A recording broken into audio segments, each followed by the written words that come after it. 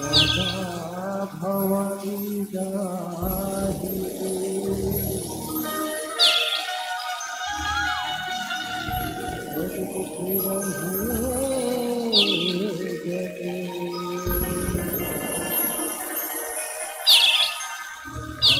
देव गुरुगत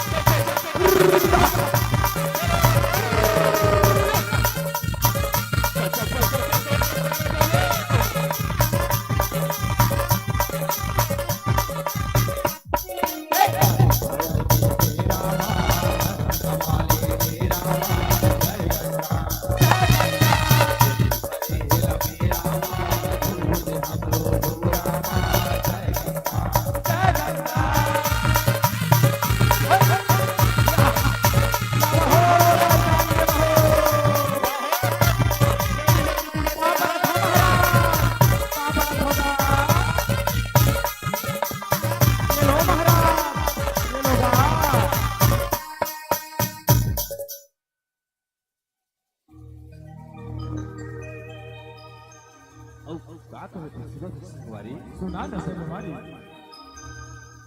सुनी गुड़े माए रे भाई सुनी गुड़े माए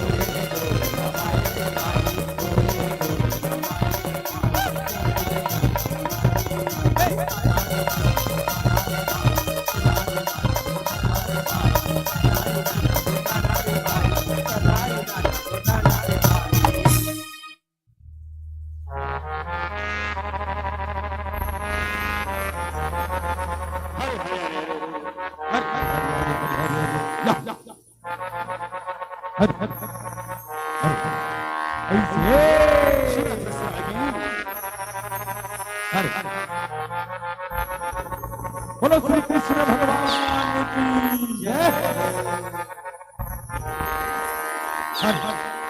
सुनो ससुरागी कृष्ण भगवान की जय हो। महतारी की पूरा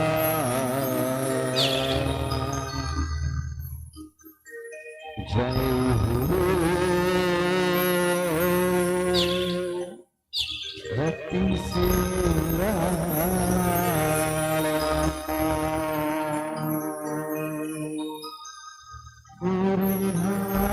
का पूरा जय हो छठी से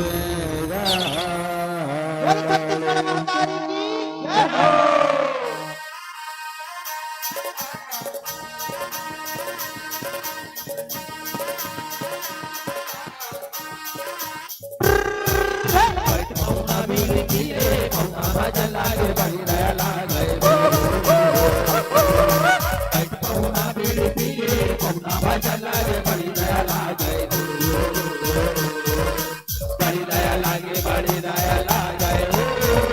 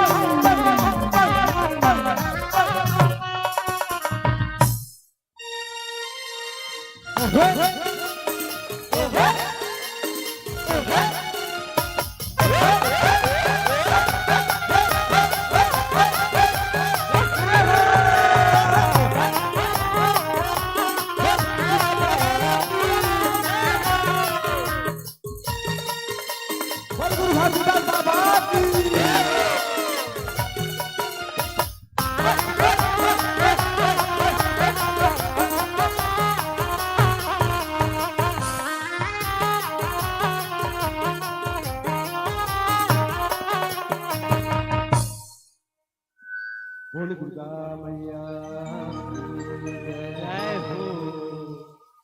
बोल अम्बे मैया की जय हो। आवा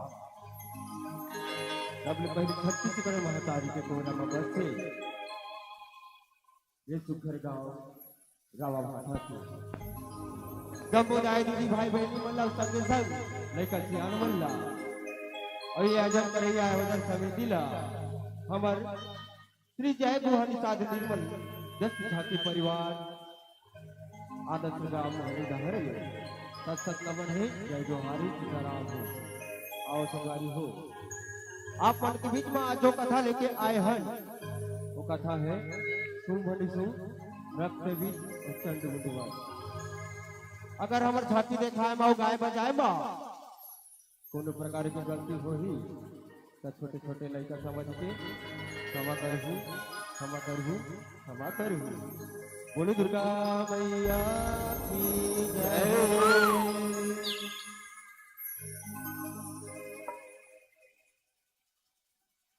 शुंभ निशुंभ के काले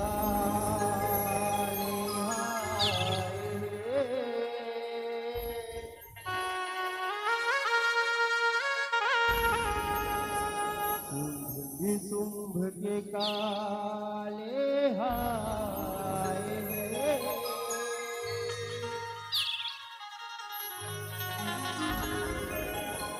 दुर्गा काली